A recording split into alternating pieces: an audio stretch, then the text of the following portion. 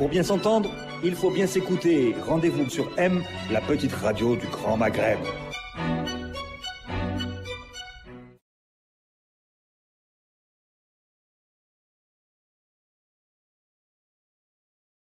Samuel Mekki, bonjour et bienvenue à Radio M. Vous êtes directeur de la rédaction de Nawet, qui est une plateforme multimédia indépendante qui existe depuis un certain nombre d'années et qui, dans le paysage médiatique tunisien, s'est imposé comme un magazine de référence, puisque quand je dis magazine, c'est que vous avez aussi une édition papier trimestrielle. Alors très rapidement, Nawet est né quand et qu'est-ce que Nawet a représenté dans le développement de la presse libre en Tunisie? Nawet a d'abord été créé en 2004. Je vous remercie d'abord pour l'invitation et pour l'intérêt accordé à notre travail. Nawet a été créé en 2004. Au départ, c'était un blog collectif dissident qui avait pour but de briser le blackout médiatique exercé par l'ancien régime, par la dictature de Ben Ali. En 2011, Nawet a commencé à se structurer, à créer une organisation. Ce n'est plus qu'un simple site réunissant des dissidents de tous les bords qui arrivent à s'exprimer, mais est devenue une organisation qui a structuré le travail du site, créé une rédaction professionnelle, recruté des journalistes et poursuivi son travail dans la même veine engagée, mais toutefois en professionnalisant son activité et son action et en faisant une transition du blogging au journalisme, tout en maintenant un espace pour le blogging sur son propre site. C'est-à-dire que Nawet, d'une certaine manière, la majorité des grands sites des médias internationaux étaient des journaux à l'origine et ensuite ont créé des sections de blogs. Nawet, c'est le parcours inverse. Au bout de 19 ans, Nawet vient de fêter sa 19e année.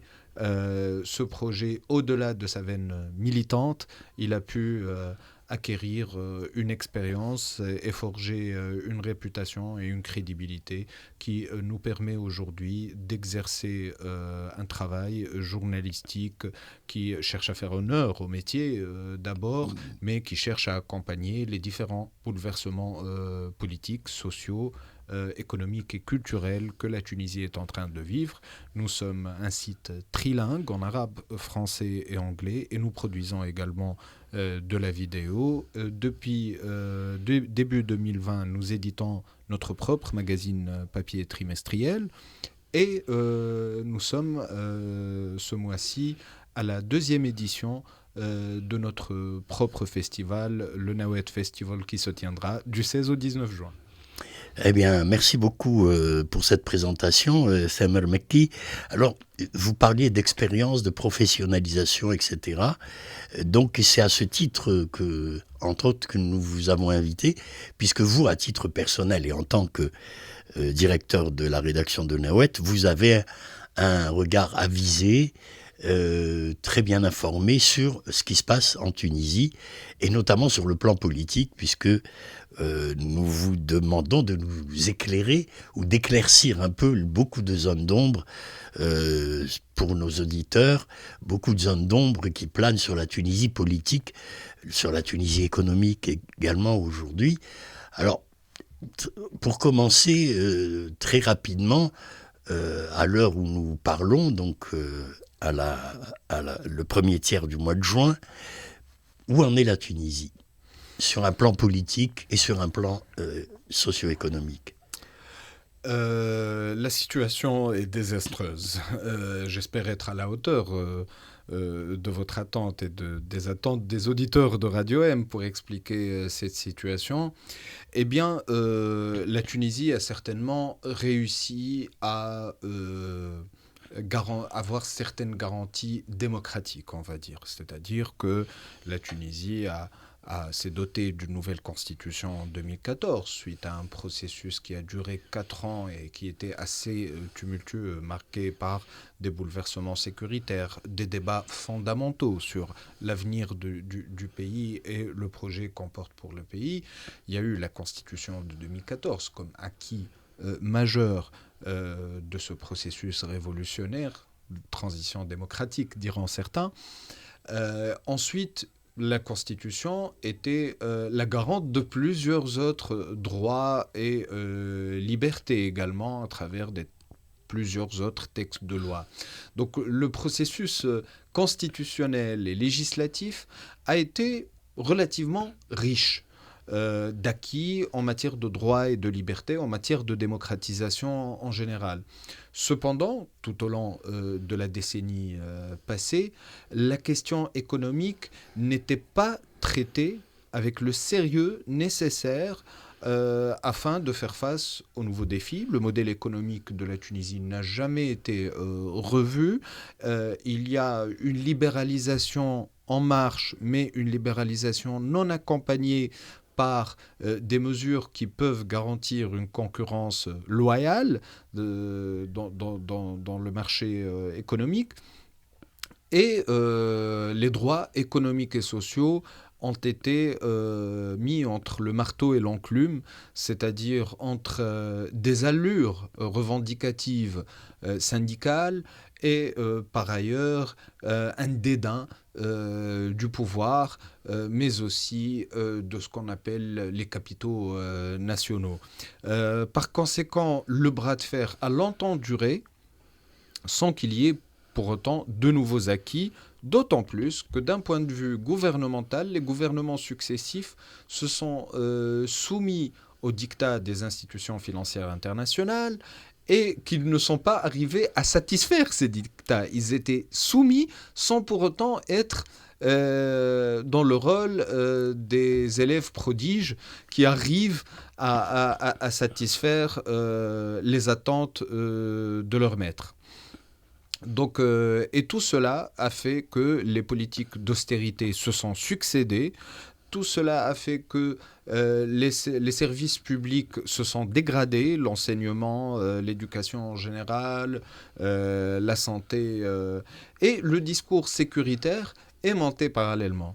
Donc ce n'est pas un des meilleurs climats pour un élan révolutionnaire et pour réellement aller vers une nouvelle république qui puisse créer une rupture avec tout cela. Eh bien, cette situation désastreuse a favorisé,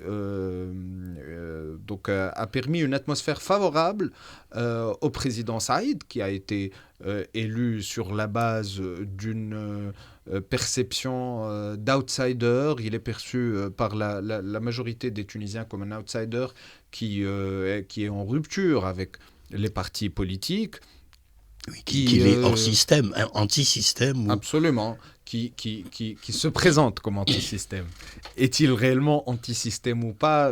J'ai une toute autre approche par rapport à cette question, une autre lecture du rapport de Kais Saïd au système, parce qu'en même temps, Kais Saïd a toujours été un fonctionnaire, enseignant de droit dans des écoles de droit public. Il n'a pas gravi les échelons de sorte à même avoir un doctorat ou être un chercheur particulièrement intéressant de par sa production académique. Et c'est quelqu'un de plus conservateur, plus conformiste, c'est difficile à trouver. Donc Kais Saïd est conforme au système d'un point de vue social, économique, le corps professionnel qu'il représente, etc. Ce n'est pas forcément un profil donc, hors du système. Mais il a été présenté et il a été perçu comme tel, par contre. Pourquoi? Peut-être parce qu'il avait des sorties médiatiques un peu particulières dès les premières années de la Révolution et qu'il était sollicité par certains médias comme un expert constitutionnaliste. Or, il a un ton assez atypique quand il parle.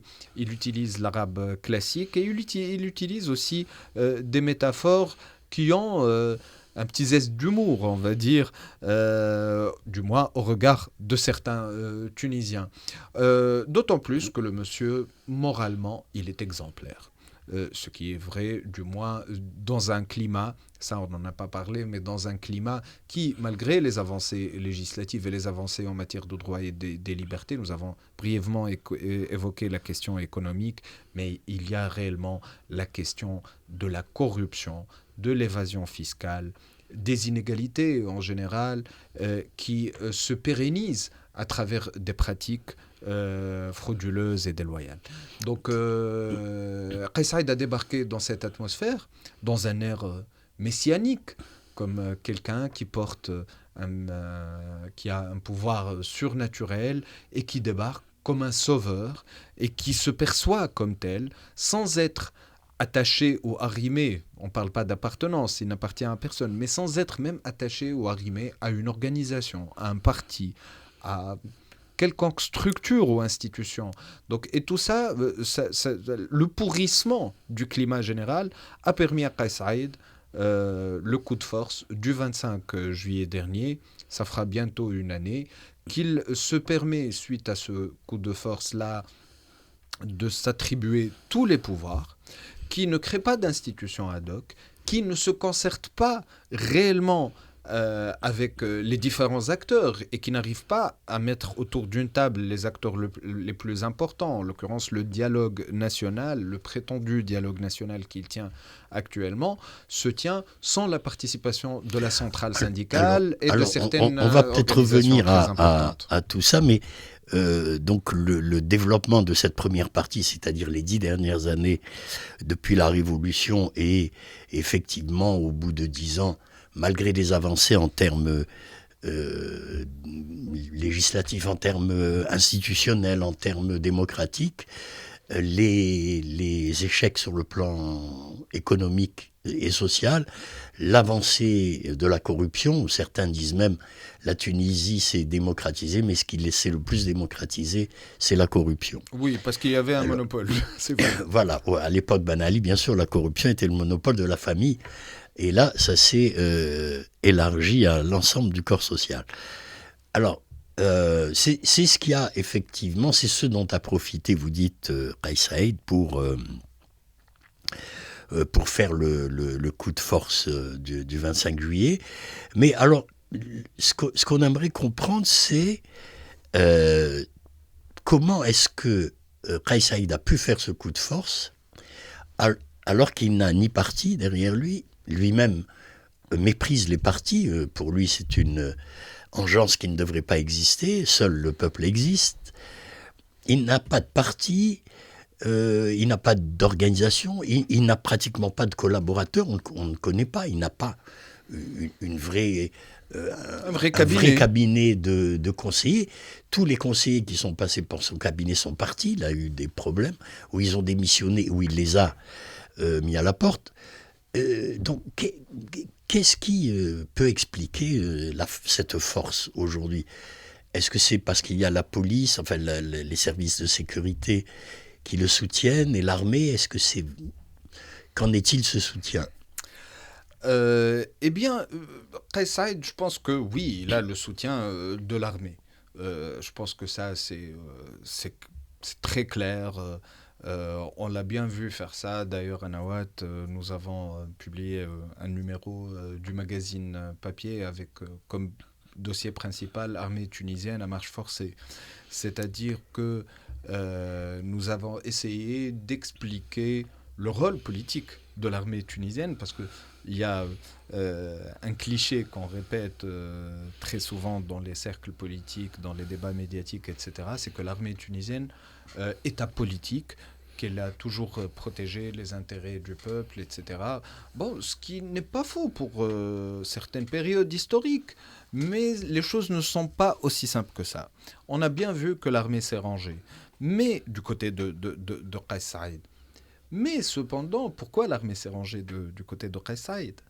Est-ce que Kais Saïd, par exemple, est un idéologue puissant qui arrive à entraîner des armées derrière lui, comme le monde arabe l'a connu au lendemain des indépendances ? Non. Est-ce que Kais Saïd est une figure ayant déjà une grande puissance et un soutien étranger sans faille, qui fait qu'il y a des antennes tunisiennes qui puissent se donner confiance en se rangeant de son côté pour le coup de force ? Il n'a pas un soutien aussi important que certains le pensent, et ça se manifeste à travers différentes réactions. Par contre, Qais Saïd a le quotient moral. J'ai déjà évoqué une posture messianique, donc ils se sont investis d'une mission divine. Ça s'entend dans ses discours, il suffit de les analyser et d'analyser le champ lexical de ses discours pour le déceler. Et ça peut transmettre un sentiment de patriotisme et ça peut mettre certains responsables de l'armée, des corps sécuritaires en général, dans une forme de proximité et de sensibilité au discours de Qais Saïd. C'est la patrie, et c'est la patrie qu'on défend jusqu'au bout, jusqu'à ce qu'on devienne martyr. Donc c'est un peu la posture du soldat idéal. Et ça, c'est une posture où ils peuvent se retrouver. Également, c'est un monsieur qui est paru comme quelqu'un qui a un très fort quotient moral. Et c'est quelque chose que la majorité des autres dirigeants de la Tunisie durant ces dernières années ne dégagent pas. C'est difficile de les croire. Le président Béji Caïd Essebsi a laissé libre cours à son fils pour faire ce qu'il lui chante, que ce soit dans le parti ou dans le pays. Après, dans le pays, heureusement que la Tunisie était devenue déjà une démocratie et le contexte ne lui permet pas de faire tout ce qu'il lui chante, mais il y a eu le retour du népotisme qu'on a bien observé avec Béji Caïd Essebsi. Le président Marzouki était très clivant et sa proximité excessive avec certains États, dans le Qatar, dans l'Égypte de Morsi, etc., n'inspirait pas confiance et n'inspirait pas, pour certains, le patriotisme qu'ils attendaient d'un président de la République. Je n'ai donné que 2 exemples, mais les autres sont nombreux. Qais Saïd arrive à incarner cela, cette posture morale infaillible qui arrive à entraîner les gens derrière lui, d'autant plus que, convenons que l'ensemble de la société est conscient de la nécessité d'une moralisation de la vie publique en général et d'une moralisation de la politique. Parce que malgré tous les textes de loi qui ont été promulgués durant les dernières années, il n'y a pas eu une politique qui s'oriente vers une réelle moralisation de la vie politique.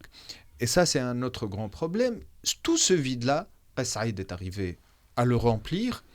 Et puis, c'est un monsieur qui n'a rien à perdre, qui n'a pas de parti, etc. Et là, ça devient un avantage. C'est-à-dire que ça inspire confiance. Parce que, aussi, à cause de la conduite des partis qui se sont succédés au pouvoir ces dernières années, Nahda a toujours été au pouvoir, mais il y en a eu d'autres, ils ont plutôt renvoyé l'image de clans qui cherchent leurs intérêts, c'est-à-dire leurs petits intérêts, des intérêts d'affairistes, rien de grand comme enjeu ou comme intérêt dans un sens qui pourrait converger avec les intérêts de la nation. Et par conséquent, les Qalb Tounes, les CPR, les UPL, les différents partis qui étaient des partis complètement affairistes et qui ont causé une perception générale des partis politiques comme étant des groupes organisés de gens qui cherchent à protéger leurs intérêts et les intérêts de leurs amis qui sont déjà tous privilégiés. Oui, alors peut-être on peut préciser pour nos auditeurs que finalement, depuis 2011, il y a eu beaucoup de partis qui ont été créés, il y en a plus de 200, et des partis qui ont eu des députés à l'Assemblée, mais dont on a déjà oublié les sigles, qui n'existe plus, hormis Nahda, qui reste un parti structuré, historique. On peut dire que l'ensemble des autres partis du champ politique sont perçus plus comme des boutiques, des sortes d'épiceries même. Absolument, des boutiques ils ne sont pas perçus à défendre comme des ça, intérêts strictement matériels. Et c'est peut-être le vide dont vous parlez et dans lequel s'est engouffré Qais Saïd. Donc qui est effectivement populaire. Tous les sondages le disent. Il a, en tout cas, si ce n'est un soutien militant il y a beaucoup de sympathie dans la population pour ce personnage, parce que c'est un homme honnête et qu'il pense au bien du pays. Et voilà, quoi. Donc, pour toutes les raisons que vous avez expliquées. Mais alors, comment aujourd'hui on peut faire entre, effectivement, un président dont vous avez décrit toutes les caractéristiques, donc un homme atypique, imprévisible, dont on ne connaît pas, qui n'a pas d'idéologie, qui n'a pas de vrai projet, ou en tout cas on décèle des choses, mais il n'y a pas de projet global cohérent, on ne sait pas où il veut aller, qui a la sympathie d'une majorité de la population, mais qui a de plus en plus aujourd'hui contre lui les partis politiques, pour l'essentiel des partis politiques, de la société civile et des élites en Tunisie, et qui veut faire un passage en force, qui veut changer la Constitution, alors que le problème de la Tunisie, vous l'avez bien expliqué dans la première partie, ça n'est pas tant la Constitution en soi, que les pratiques politiques, que les questions économiques qui n'ont pas été prises à bras-le-corps. Comment la Tunisie, dans cette équation à trois inconnus, je dirais, comment est-ce que on va pouvoir aller au 25 juillet, date du référendum pour la Constitution? Eh bien, je ne suis pas bon mathématicien pour cette équation, mais il a l'air déterminé. Le président a l'air bien déterminé pour aller vers le référendum du 25 juillet. Pourtant, certains indicateurs devraient le dissuader. D'abord, la consultation nationale lancée au début de l'année n'a pu réunir que la participation d'environ 500 000 personnes. Il ne s'agit même pas du tiers des électeurs de Qais Saïd. Ce chiffre ne représente même pas le tiers des électeurs de Qais Saïd. Donc, franchement, assez bizarre. Je rappelle peut-être que la consultation, c'est très rapidement.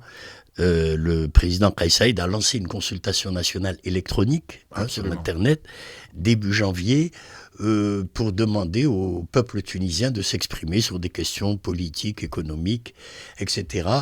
C'était une manière de consulter le peuple pour préparer une nouvelle constitution. Absolument, sauf que le peuple n'était pas très intéressé par le fait d'être consulté, du moins pas de cette manière. Donc, pourtant, le président s'est entêté, comme il sait si bien le faire, à considérer le chiffre de 500 000, qui, je le rappelle, ne représente même pas le tiers de ses électeurs lors des élections de 2019. Ça représente même pas 6% du corps électoral. Absolument, absolument.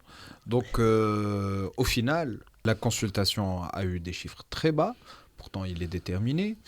À moins de 3 mois des élections, il promulgue un décret où il chamboule les critères et la composition du conseil de l'instance électorale, l'instance supérieure indépendante des élections. Donc, à moins de 3 mois des élections, nous savons que les standards internationaux appellent à ce que des prédispositions soient faites au moins 3 mois, donc que le nécessaire soit fait au moins 3 mois avant une échéance. Nous sommes aujourd'hui à presque un mois de cette échéance et nous ne savons pas le contenu de la Constitution sur laquelle il y aura un référendum. Et puis encore, il voudrait organiser des élections législatives anticipées le 17 décembre prochain. Mais avant ça, peut-être il a voulu lancer soi-disant un dialogue national qui n'en était pas, qui est en cours, mais pour lequel on rappelle que c'est tout de même, il a subi des revers, puisqu'il a eu Justement, beaucoup de refus. J'allais en parler, c'est-à-dire que d'abord, quand on parle d'élection, d'un scrutin, on parle de sa légitimité. Sa légitimité, bien que sa légitimité constitutionnelle soit remise en cause, nous pouvons parler de sa légitimité, du moins populaire, qu'il n'a pas pu acquérir à travers, par exemple, le très faible intérêt envers la consultation nationale. Et puis, un autre point, le dialogue national, donc, qui est supposé donner plus de légitimité à ce processus dans son ensemble, et particulièrement au référendum. Or, le président n'est pas arrivé à réunir les principaux partis politiques, il n'est pas arrivé à réunir les principales organisations, et il n'a pas pu trouver une autre forme de représentativité qui se substitue à cela. Parce que soyons clairs sur un point, c'est qu'il est tout à fait légitime, ne soyons pas non plus des défenseurs aveuglés de l'ordre établi, que ce soit en Tunisie ou à l'international. Aujourd'hui, les démocraties, ce qu'on appelle les démocraties représentatives, ont beaucoup de difficultés, un peu partout. L'élection de Trump aux États-Unis en témoigne, les tentatives, comme ils disent, de destitution, d'impeachment aussi. On a bien vu les crises qui se sont déroulées dans certains pays européens, la montée de partis populistes et qui ont une autre perception de l'action politique en Espagne, en Italie, mais aussi la montée et la durée passée par un président comme Orban en Hongrie. En France, on a vu le mouvement Gilets jaunes et comment il a donné place, sans le vouloir et sans avoir fixé cela comme un objectif, mais à la montée de nouvelles figures politiques qui ne sont pas si nouvelles que ça, comme Éric Zemmour, par exemple. Donc, les démocraties représentatives ont des soucis. Et aujourd'hui, il est tout à fait légitime, voire même salutaire, de réfléchir à des alternatives à cela. Mais encore faut-il y réfléchir d'une manière sérieuse, structurée et surtout cohérente. Donc, Kais Saïed d'aujourd'hui vient remettre en question les démocraties représentatives et l'ordre établi, jusqu'à un certain point, pour instaurer quoi à sa place. Ça ne manque pas d'incohérence. Par exemple, vouloir organiser des élections et un scrutin sur des individus et non pas des listes portées par des partis ou même des listes indépendantes, mais favoriser ce mode-là, on peut toujours avoir un individu corrompu. On peut toujours avoir un individu qui est au service de certains lobbies.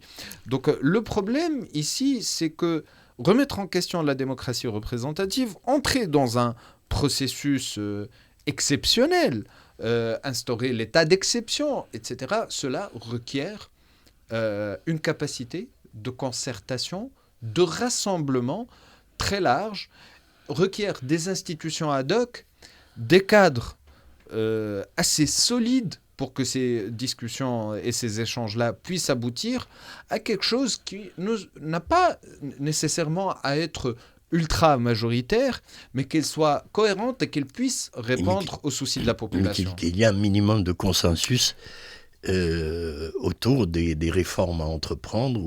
Voilà, un minimum, je dis bien un minimum, parce que je crois que la différence, il faut être différent. Au final, il y a des clivages, qu'il est clair qu'il y a des forces, des lobbies, des gens qui cherchent à pérenniser la corruption, qui cherchent à profiter de tous les problèmes de la situation actuelle et qui en profitent déjà, qui ont des privilèges et qui s'accrochent à ces privilèges afin de ne pas les perdre en bouleversant tout le système. Mais bouleverser le système ne fait pas à travers l'improvisation, d'abord.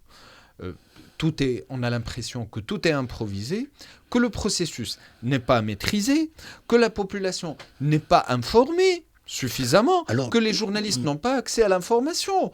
Et c'est la situation que nous vivons avec le palais de Carthage, avec la présidence de la République, elle est juste terrible au niveau de l'accès à l'information. On n'a plus d'accès, absolument aucun accès à l'information. Et ce mode de communication unilatéral qui débarque avec des vidéos Facebook et nous rappelle, sous le régime autoritaire de Bourguiba, et ce qu'on appelait à l'époque Tawjihat Raïs, les vidéos qu'on diffusait des discours du président, les orientations du président qui nous disaient en chaque époque, face à quel enjeu, comment faire, comment y réfléchir, comment prendre la chose.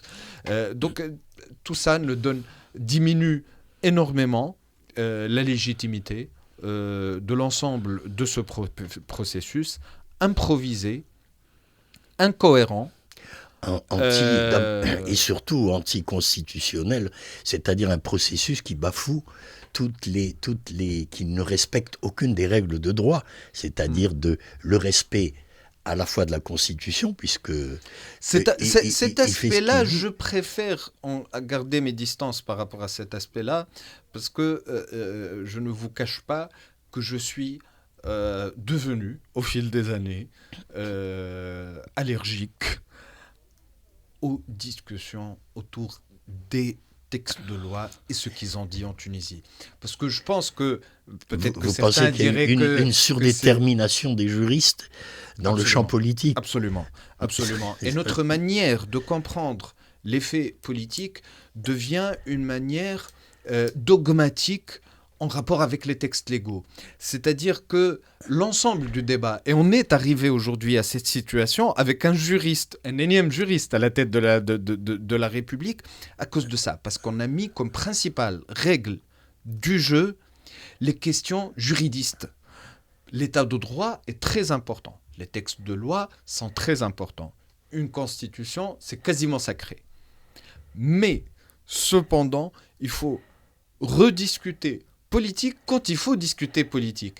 Et se rappeler que le droit, que les lois, que la législation, c'est un outil de gestion de la chose publique, mais l'art et le métier qui définit la gestion de toute la chose politique, de toute la chose publique, c'est le débat politique, et c'est qui est riche de notions de sociologie, de notions d'économie, de notions de toutes sortes, et bien évidemment de sciences politiques, mais l'exclusivité des lois et des textes juridiques, sincèrement, j'ai atteint un degré d'allergie, et je pense que ça n'apporte plus rien au débat public en Tunisie, que ce n'est plus constructif de s'attarder dessus.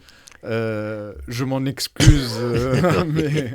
Non, mais c'est bien, c'est effectivement intéressant d'avoir ce point de vue, parce que c'est vrai que en Tunisie, la Tunisie a produit des élites juridiques depuis des décennies. Absolument. De grande qualité, mais effectivement, on sent qu'il y a une surdétermination du juridique dans le champ politique et dans tous les débats autour de questions politiques. En Tunisie, quand on a un problème, on ne pense plus quelles sont les mesures qui seront prises. Quel est le texte de loi qu'on va écrire ? Mais c'est ce que fait Kais Saïed, puisqu'il pense à régler tous les problèmes en faisant un décret. Absolument, et c'est pour ça que je suis de plus en plus allergique, parce que tout ce climat-là, si on met ça comme principale règle du jeu, tout décortiquer à travers les sciences juridiques, on va arriver à quoi ? À avoir un juriste à la tête de la République. Et ce juriste, qu'est-ce qu'il va mettre sur la table ? Des réformes économiques ? Eh ben non, plus de textes de loi et plus de litiges juridiques. Alors que, je pense que c'est ce qui aura raison de la popularité de Saïd, et ça se manifeste déjà à travers les faibles chiffres de la consultation nationale. C'est-à-dire que Saïd a tellement compté dessus qu'il a porté un discours que bon nombre de la population a considéré un discours favorable à plus de droits économiques et sociaux, plus d'égalité, plus de justice sociale. Et au final, quand il a fait le coup de force, il leur a dit « Je voudrais écrire une nouvelle constitution, changer le code électoral et la composition de l'ISI ». Je peux vous dire que la majorité écrasante des Tunisiens s'en foutent royalement. Ce n'est pas leur premier casse-tête. Les premiers casse-têtes, c'est l'inflation qui monte en flèche depuis des mois et des mois et qui atteint donc un niveau vraiment qui a un impact très très important sur le pouvoir d'achat et qui menacera dans le futur proche la paix sociale. Il y a aussi la question du budget de l'État qui est déficitaire pour l'instant, et pour combler ce déficit, il faudrait pouvoir convaincre le FMI de verser une autre tranche du crédit contracté déjà depuis 2013. Et nous n'avons pas la capacité de satisfaire les recommandations, plutôt les exigences, appelons-les par leur nom, du FMI ou de la Banque mondiale. Et dans cette situation-là, il y a plus de rupture avec les pays qui ont fourni les aides les plus importantes à la Tunisie. Justement, je voulais vous poser une question. On parlait donc des questions internes, où, où vous l'avez un peu expliqué, Kais Saïd est de plus en plus isolé au plan interne, puisque les principaux partis politiques, les principales organisations comme l'UGTT, l'Union Générale du Travail, tunisienne du Travail, des personnalités nationales de renom aussi qui ont refusé de participer à ce dialogue. On l'a dit, dans la population, s'il a de la sympathie, il suscite de la sympathie auprès de la population, par contre la population semble ne pas adhérer à son projet, faiblesse dans la consultation nationale. Il y a eu des appels à des manifestations de soutien à Kais Saïd, 2 ou 3 fois. À Tunis, ils n'ont pas pu réunir plus de 1000-1500 personnes. Donc on voit qu'il y a une sorte de perception un peu faussée de la réalité, c'est-à-dire du soutien populaire qu'il aurait. Autant il n'est pas rejeté par la population et il y a plutôt de la sympathie pour le personnage, autant il n'y a aucune adhésion pour son projet parce qu'on ne le comprend pas. Et comme vous l'avez dit, ça ne répond pas aux attentes des Tunisiens. Alors, et au plan international maintenant, où est-ce qu'il en est? Où est-ce qu'en est la Tunisie? Et où est-ce qu'en est le président Kais Saïed? Avec,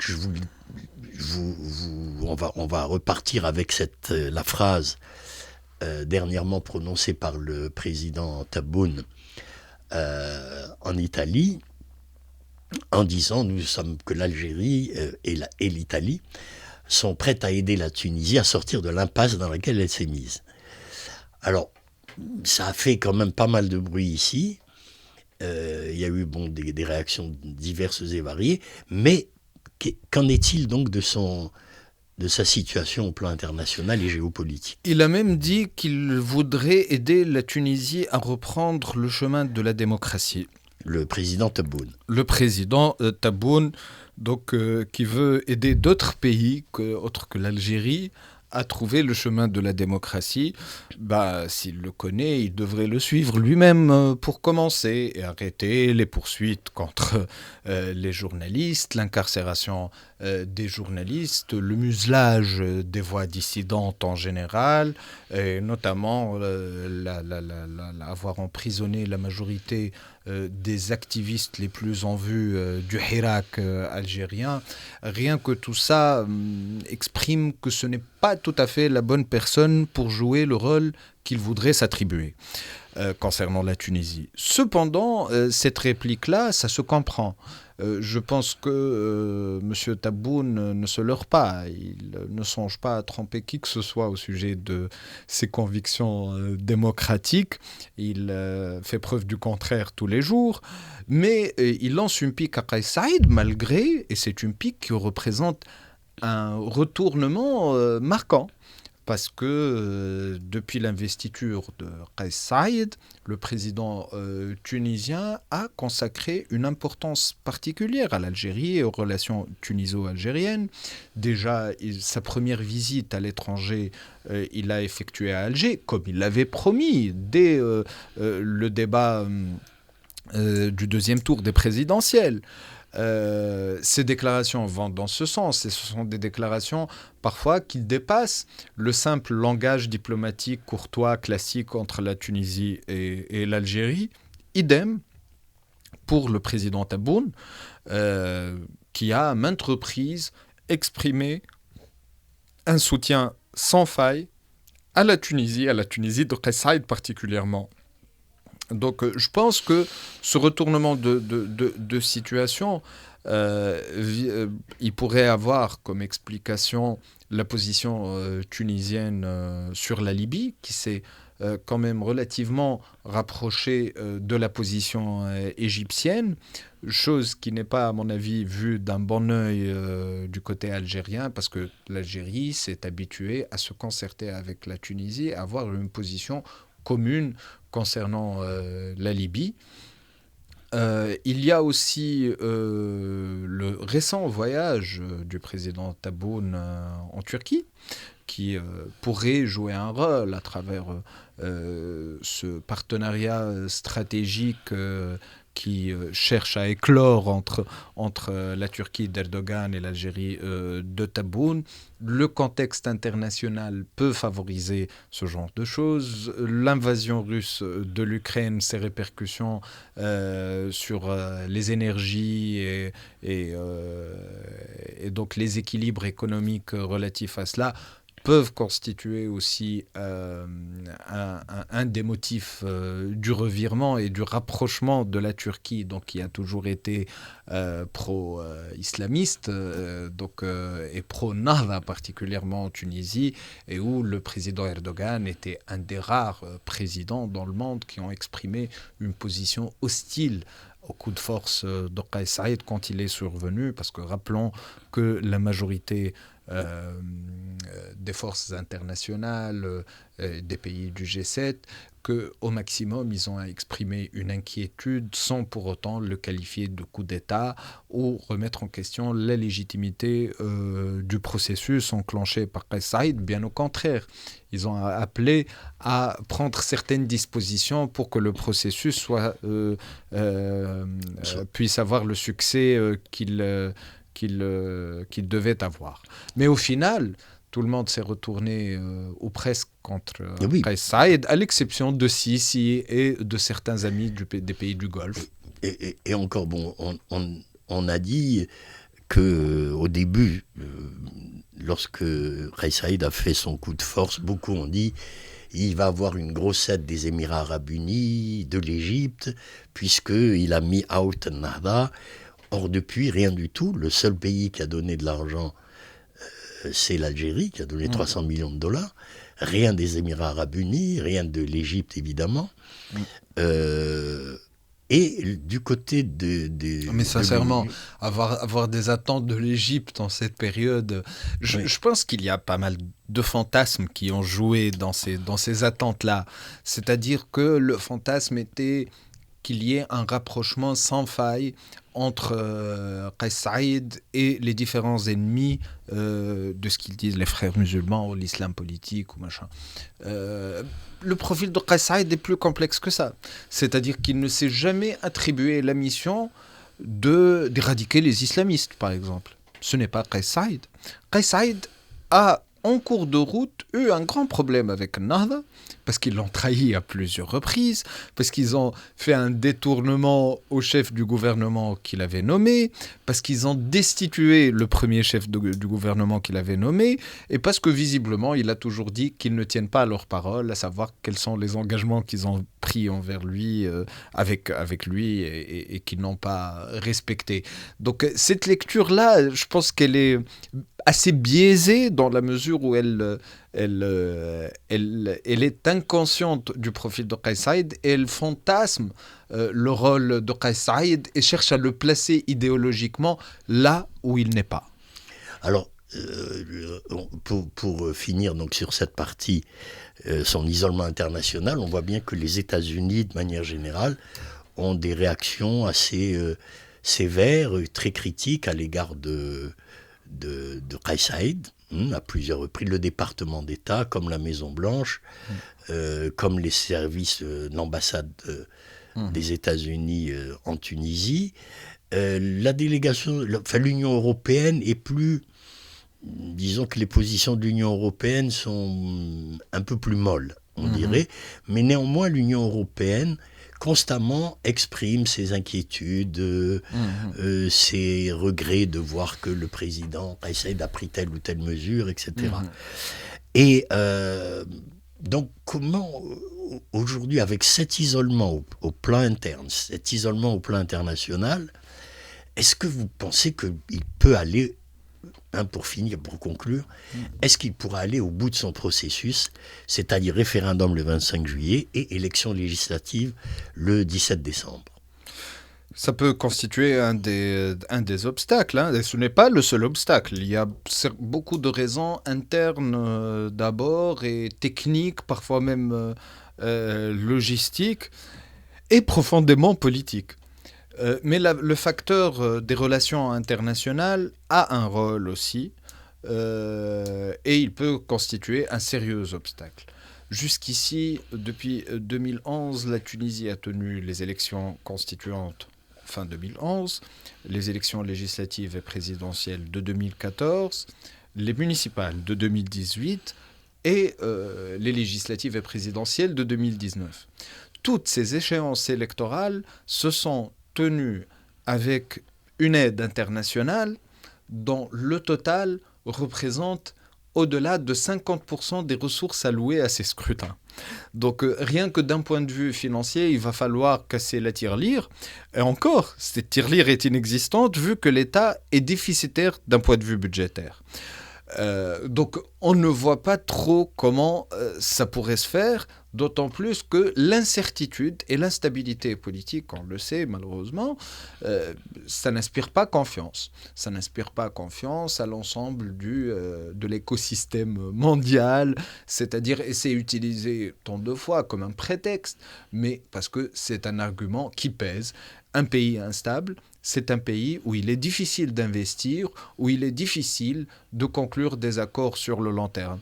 Donc si on devient une destination économique de moins en moins intéressante, si tout le discours et le récit autour de la première étincelle, du printemps arabe et de l'expérience tunisienne et d'une expression que je n'aime pas du tout, de laboratoire de la démocratie dans le monde arabe, etc.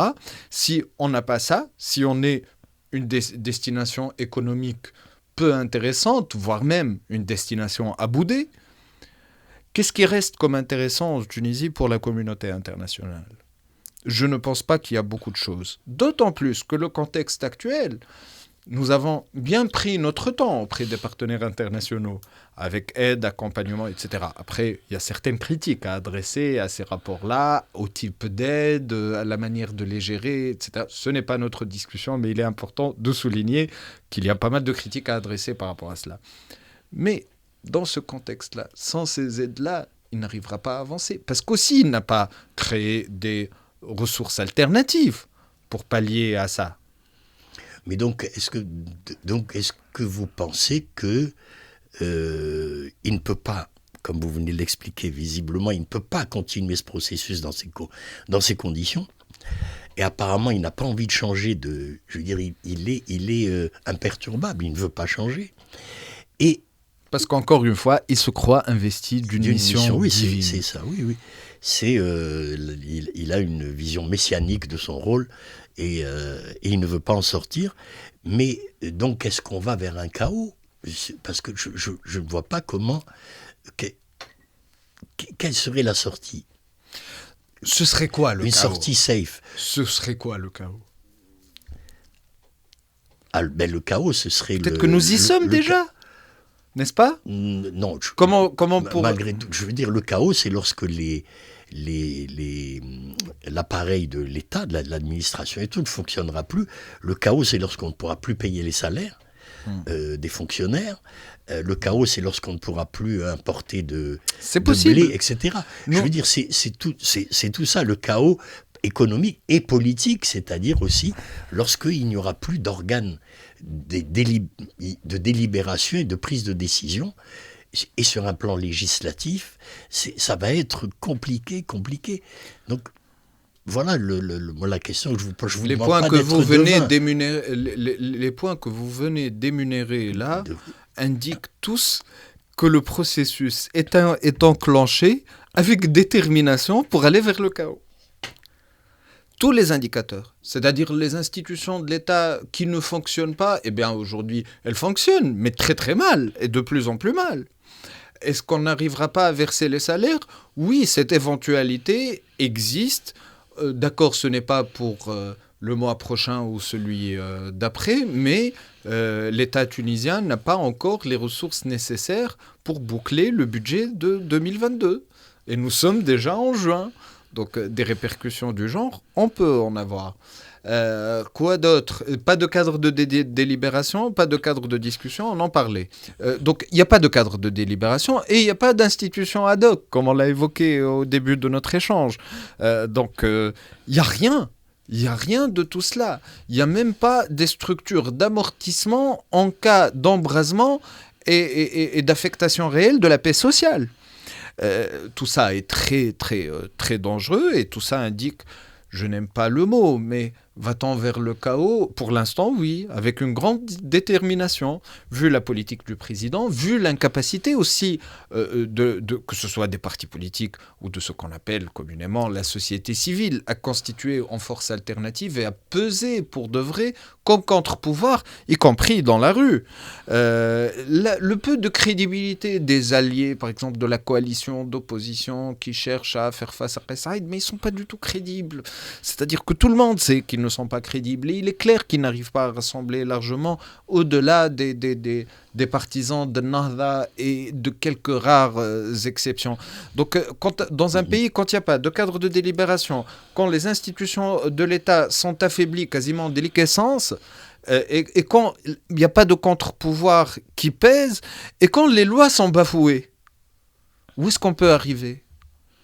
Évidemment qu'on va arriver vers un inconnu très désorganisé, qu'on pourrait définir comme étant le chaos. Oui. Bon, bah écoutez, c'est là-dessus que je crois qu'on va terminer. C'est votre avec ces mots très optimistes. Avec ces mots très optimistes, enfin très. Bon, j'espère que Samer Mekki, j'espère qu'on vous retrouvera régulièrement à Radio M pour faire le point quand même. On va essayer nous en tout cas Radio M, de suivre l'actualité. J'espère que ce sera avec plaisir de partager avec vous pas mal d'idées, d'échanges, etc. Hâte de voir notre collègue et ami Hussein El-Qadhi qui fait face aujourd'hui à un harcèlement judiciaire et policier qui a atteint vraiment la répression et qui a atteint un niveau de ridicule qu'on croyait être insurmontable à travers sa condamnation récente à 6 mois de prison et une amende de 50 000 dinars algériens. C'est une mascarade qui doit cesser. On espère voir les journalistes algériens libres, Radio M faire son travail en toute liberté. Depuis quelques années, c'est des procès qui se succèdent. C'est Khaled Drarni qui a été emprisonné. C'est plusieurs autres journalistes arrêtés, emprisonnés ou interpellés ou ralentis dans l'exercice de leurs fonctions. Et cet harcèlement et cette répression incessante est injustifiable, elle est inacceptable. La place de Hussein El-Qadhi et de tous les autres journalistes algériens et maghrébins est dans leurs radios, dans leurs journaux ou dans la rue, parmi les citoyens, à porter leur voix. Merci beaucoup, Samer Mekki. Je rappelle donc juste pour faire suite à ce que vous venez de dire qu'une quinzaine d'organisations de la société civile tunisienne ont signé une pétition appelant à cesser les poursuites contre Hussein El-Qadhi et d'autres dans le syndicat des journalistes tunisiens, la Ligue tunisienne de défense des droits de l'homme, le comité pour le respect des libertés et des droits de l'homme en Tunisie, l'association Vigilance aussi, l'association tunisienne de défense des valeurs universitaires, ainsi qu'ADLI, l'association de défense des libertés individuelles. Donc c'est un spectre qui est représentatif de l'ensemble de la société civile tunisienne. Espérons que sa voix sera entendue, du moins là où il faut. Merci beaucoup, Samer Mekki. Je rappelle que vous êtes directeur de la rédaction de Nawet, plateforme multimédia indépendante en Tunisie. Merci encore et à bientôt sur Radio M. Merci beaucoup, merci pour l'invitation.